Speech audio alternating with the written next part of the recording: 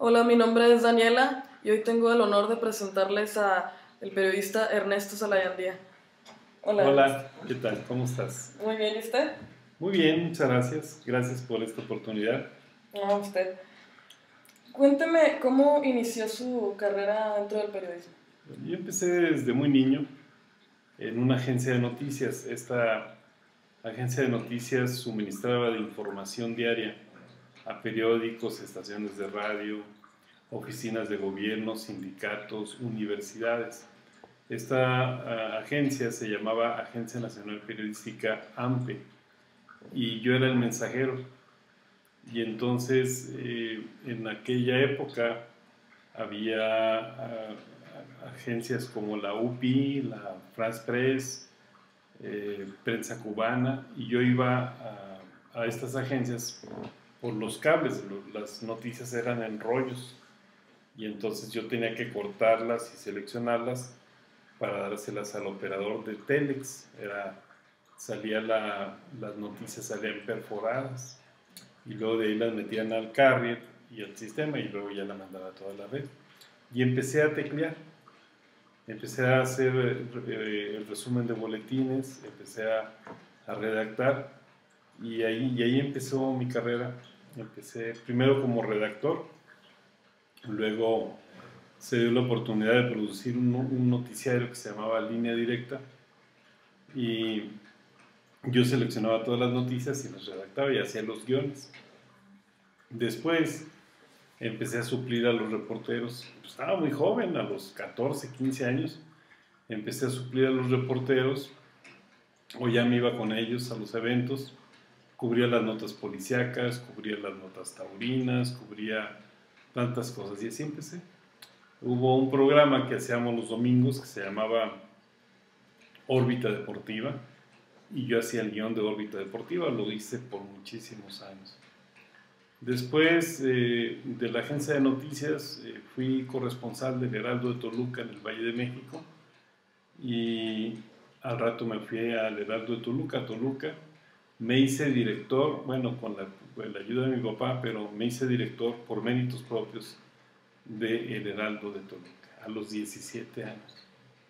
Y entonces imagínate, el periódico se hacía con linotipos, se hacía de una manera artesanal, era letra por letra, era en metal y luego se sacaban las pruebas finas, las placas entraban a una prensa de choque, una Optimus, y así salía el pliego de 2 páginas, luego se volteaba e imprimía las otras dos, era un periódico de 8 planas. Entonces aprendí muchísimas cosas desde muy chavo. O sea que tenía un tipo de talento nato. Pues sí, porque me gustó mucho el olor a tinta en Parral. Me acuerdo, en uno de mis libros viene narro cómo el olor a tinta despertó en mí algo muy padre. En Parral yo me sentaba en la prensa plana y salían las hojas del periódico y luego las doblábamos. Y ya que quedaba el monitor de Parral igual en 8 páginas, yo salía a la calle a venderlo, tendría 7 años. Pero el olor a tinta es un olor a tinta muy grato, entonces siempre sentí ahí una sensación muy grata, a lo mejor me hice adicto a la tinta. Y debido a que entró a muy temprana edad, ¿con cuáles retos se tuvo que enfrentar? Pues la ortografía, por ejemplo, la ortografía era, ¿ya se apagó ahí o no?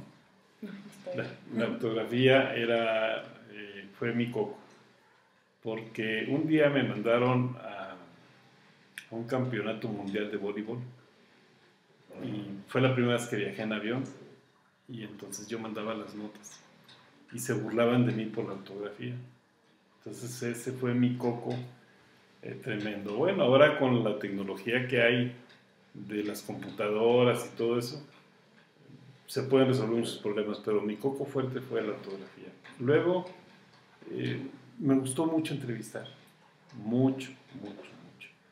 He disfrutado todos los géneros que he hecho. En los géneros periodísticos he manejado editorial, he manejado reportaje, entrevista, crónica, noticia, pero pero disfruto mucho de la entrevista, me encanta. ¿Y ha entrevistado a personajes importantes dentro de Sí, los sí, medios? cómo no. Bueno, a Felipe Calderón lo entrevisté cuando era presidente del PAN, lo entrevisté muchísimas veces. A Ernesto Zedillo, entrevisté a grandes artistas, toreros, futbolistas. Entrevisté a muchísimas personalidades del mundo del espectáculo, de la política. En cuanto a gente popular, bueno, tengo entrevistas tan agradables con vendedoras de periódico o con vendedores de jugo de naranja y con tanta gente que te enseña. Una buena entrevista es cuando tú la sientes, ¿no? Y he tenido muchas satisfacciones. Tengo 5 premios nacionales de periodismo y uno de ellos es un trabajo que hice, un reportaje del hambre, un reportaje muy crudo de cómo vive la gente humilde en basureros y cómo comen de la basura y luego el cuadro comparativo muchas veces que estos niños les das una hamburguesa y te la cambian y te dicen no me gustó. Fue un reportaje interesante. El periodismo es una enseñanza, aprendes mucho porque toda la gente que entrevistas, todos los eventos donde estás, es un gran aprendizaje. ¿Y su carrera como escritor? ¿Cómo inició? Bueno, este es un oficio, el escribir es una de mis máquinas, le puse la Chabela. Entonces, yo hace muchos años tenemos una revista, mi papá y yo, en México. Y entre los dos hacíamos una columna que se llamaba Entre dicho y hecho. Entonces, de los dichos lo aplicábamos a los hechos. Y de ahí le dije a mi papá un día, quiero escribir algo sobre la vida de un billete de 1,000 pesos.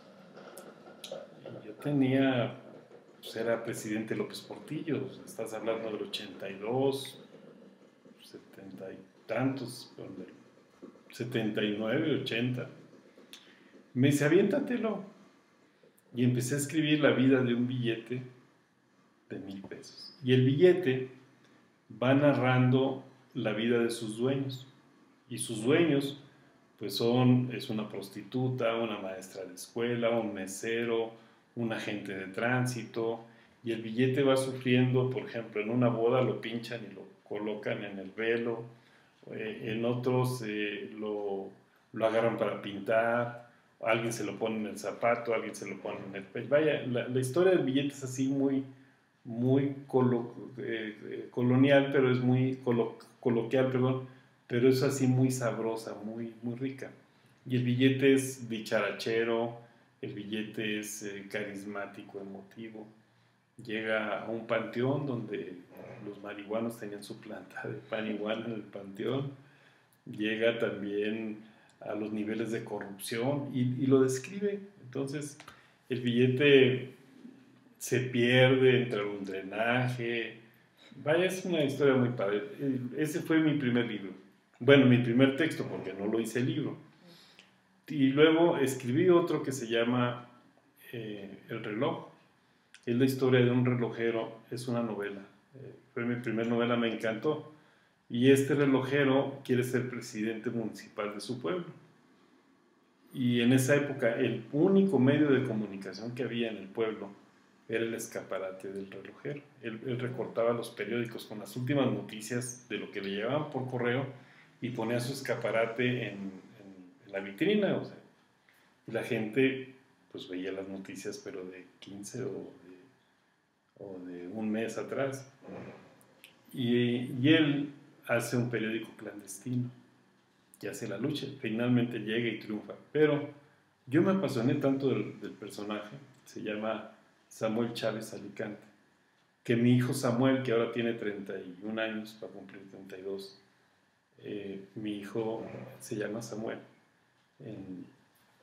en homenaje a ese personaje y me llenó de pasión. Y tengo la novela aquí, tampoco la publiqué. Tengo cuentos infantiles, tengo novelas, tengo muchísimo material. Pero libros publicados actualmente, bueno, tengo 5 libros publicados.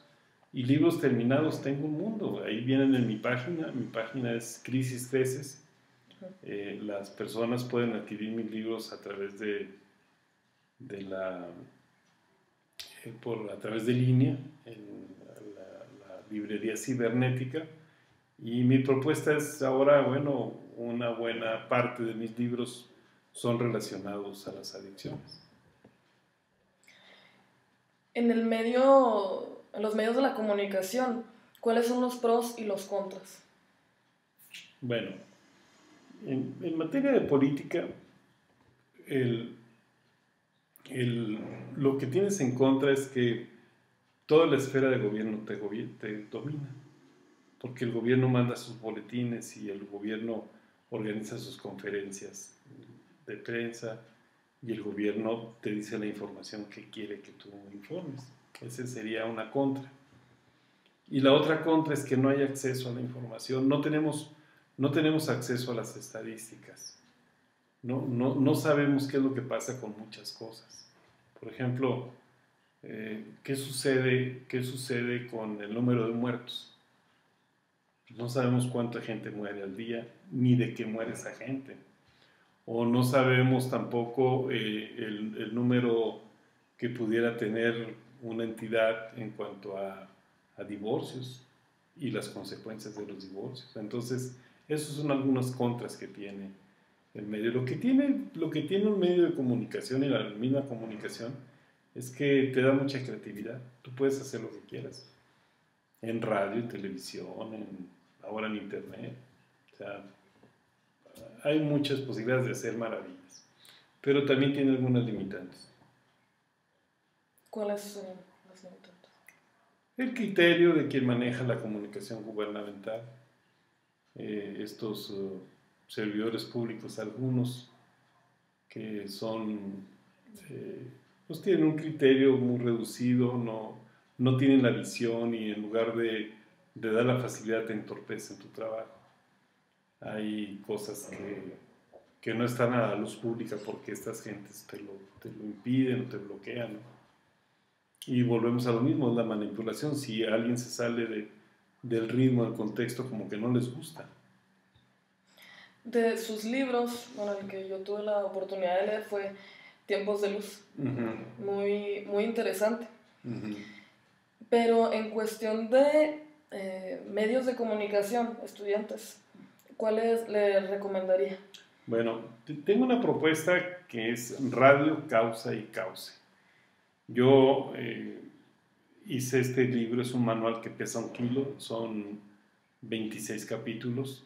El joven lector puede aprender todo sobre radio, producción de noticias, radio política, cómo programar una estación de radio, la locución, el énfasis, cómo producir un spot, cómo producir una radionovela. Es un libro muy completo, es en cuanto a radio. Ahora, en cuanto a información, todos mis libros tienen un enfoque, hacer cultura. Hacer cultura. Ahorita estamos viviendo una época muy difícil. Entonces, mis libros están pensados en que sean útiles antes de que venga el problema. En quitar ese refrán de tapar el pozo después del niño ahogado. ¿Tú te acuerdas lo que pasó en Hermosillo cuando hubo el incendio en la guardería? Sí. Después, al día siguiente, todas las guarderías del país estaban sometidas a una revisión. Y te acordarás lo que pasó en Monterrey con el casino, que le prendieron fuego y le cerraron las puertas y que murieron muchísimas personas. Tienen que pasar cosas para que tomen decisiones. Y no es así, debemos de tener un criterio más amplio. Prevenir. O sea, prevenir. Si te vas a casar, pues lo mejor es que tengas prevención. ¿Con quién te estás casando? ¿Qué tipo de persona es emocionalmente? ¿Qué tipo de emociones tienes tú que van a chocar con esa persona? Y los libros, por ejemplo, tengo Parejas Disparejas, que es de orientación. Tengo Secuestrado por un neurótico, codependencia, relaciones, comunicación. cuento con celotipia. Mucha gente tiene celos y oculta sus celos. Y no meramente que tengas celos de pareja, puedes tener celos de una hermana, puedes tener celos de mamá, o puedes tener celos de algún tipo, pero la gente no lo detecta. Tengo otro libro que se llama La saliva del diablo. Este es un libro muy crudo, es un libro donde narro mi vida, mi testimonio como alcohólico, como adicto, y con la tristeza de que muchos de los que me regalaron su testimonio ya no están vivos. O sea, es también una aportación a la prevención. Y luego, ahora recientemente, estamos en marzo, a finales de este mes, presento mi libro que se llama Buzos Caperuzos.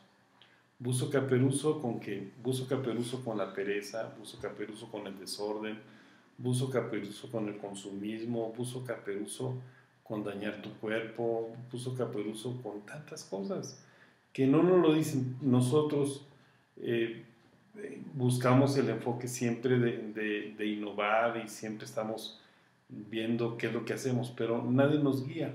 Tenemos que vivir nuestra propia experiencia. Quiere decir que los libros pueden servir para evitar consecuencias. Y ese es el espíritu de los libros: prevención. Prevención en tu matrimonio, prevención en tus hijos, prevención en la sociedad, prevención en muchas cosas. Y en medio de toda esta creatividad, ¿existe algún tipo de inspiración o un ídolo que haya tenido desde chico? ¿Un ejemplo a seguir? Bueno, admiro mucho, hay escritores que admiro muchísimo. Por ejemplo, me encanta García Márquez. El estilo, la narrativa de cómo despierta la imaginación y cómo puedes visualizar un personaje. Estás leyendo El coronel no tiene quien le escriba y estás viendo al coronel. Yo lo que hago en mis artículos es eso, tratar de despertar cómo es la vida de un niño que no quiere aceptar que tiene un problema con la marihuana. Y en mis artículos doy mucho de mí, pero también estoy despertando la imaginación de cómo vive una fodonga. Por ejemplo, hay un artículo que escribí de la fodonguez que viene parte en parejas disparejas, y la fodonguez es causal de divorcio. Y ahí la gente se imagina. Dice, clarito vi a la fodonga a las 3 de la tarde en el súper en pijama, sin peinarse, sin bañarse, sin nada. Y es cierto, o sea, eso es lo que buscan mis artículos.